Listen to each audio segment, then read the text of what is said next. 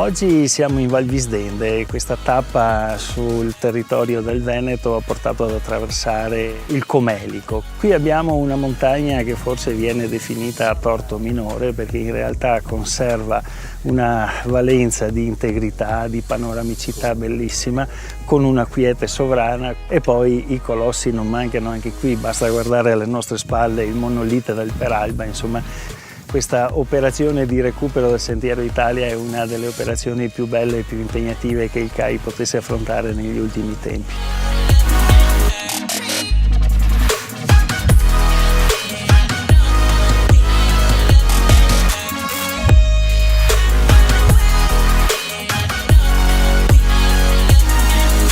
La nostra sezione ha un bel mucchio di ragazzi molto effervescenti, bravi, vengono in montagna dappertutto e quest'anno hanno collaborato fattivamente al Sentiero Italia, ripristinando una parte del sentiero con segnaletica e tracciando sentiero.